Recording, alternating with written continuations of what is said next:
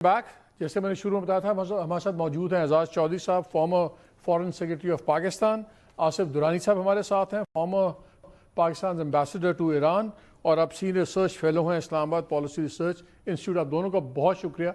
एजाज साहब आपसे शुरू करते हैं, फॉरेन ऑफिस, डिप्लोमेट्स, दो डिप्लोमेट्स, क्या लगता है ये कोई सीरियस गुफ्तगू बनेगी? मान लिया अभी कम्युनिकेशन स्टेज पे हैं, निगोसिएशन पे नहीं है, अभी मैसेजिंग जा रही है, लेकिन पहले ईरान कहता था बात ही नहीं हो रही, अब ईरान ने आज रिस्पॉन्ड भी कर दिया उनके 14 निकात के ऊपर, रिजेक्ट करके काउंटर 5 अपने भी दे दिए, तो वो तो चीज़ साइड पे हो गई कि हो रही है।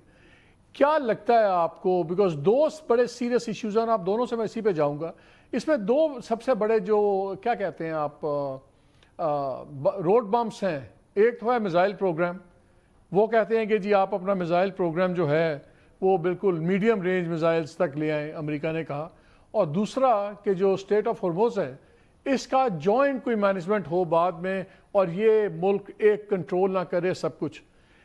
क्या ये दो निगोशिएबल पॉइंट्स हैं ईरान के लिए?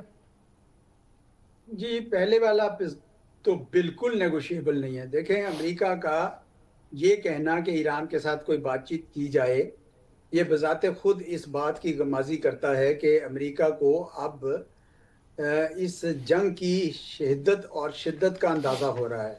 जो उनकी मिस कैलकुलेशन थी कि ईरान तो बैठ जाएगा, तो वो तो हुआ नहीं।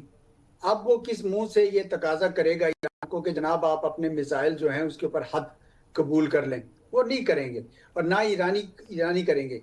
लेकिन अमेरिका के अंदर मेरे ख्याल में ये नज़र आ रहा है कि एक तो उनके अंदर बड़ी आवाज़ें उठना शुरू हो गई हैं, बड़ी शिद्दत से, बड़ी तेज़ी से उठ रही हैं कि ये हमारी तो जंग ही नहीं थी, और दूसरे ये कि खलीजी रियासतें जो हैं वो भी तंग आ गई हैं, वो भी अमेरिका को कह रहे हैं कि आपने ये कैसा अजाब हमारे लिए खड़ा कर दिया है। तीसरा इसराइल के अंदर भी बहुत ज़्यादा मसाइल बढ़ रहे हैं, तबाही हो रही है, वो ब्लैकआउट किया हुआ इन्फॉर्मेशन का, लेकिन बहरहाल जो खबरें आती हैं, जो लोग वहाँ पे हैं, उनसे यही पता चलता है कि वहाँ पे भी काफ़ी तबाही हो रही है। तो गोया ऐसा लगता है कि अमेरिका की तरफ से ये कमज़ोरी दिखाई गई जब उन्होंने बातचीत की बात की। वो तो बात ही नहीं करते थे, वो तो कहते थे कि जनाब बस ये हुकूमत गई कि गई, गिरी कि गिरी, वो तो हुआ नहीं।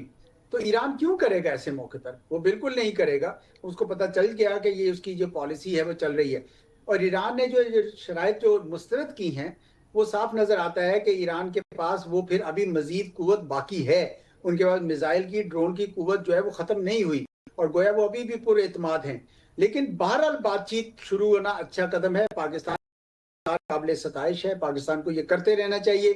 कहीं ना कहीं कोई ना कोई कॉमन ग्राउंड तो मिलेगी, इसलिए अभी सिलसिला शुरू है। अभी मैं इसमें से कोई ब्रेक थ्रू नहीं देखा, अभी लेकिन जो हम ईरान से बातें सुन रहे हैं वहां भी इंटरेस्टिंग गुफ्तगू हो रही है कि ईरान ने एक चीज़ तो रियलाइज़ की है कि स्टेट ऑफ हॉर्मुज़ को वो मोनेटाइज भी कर सकते हैं। अभी भी उन्होंने $2 मिलियन लिए हुए चाइनीज़ करेंसी में, और अब वहाँ से हम बातें सुन रहे हैं कि जिस तरह पनामा कैनाल की फ़ीस थी, ये था, हम फ्यूचर में इस किस्म की फ़ीस भी लगाएं और वो अपने लॉसेस भी कुछ रिकवर करें वहाँ से।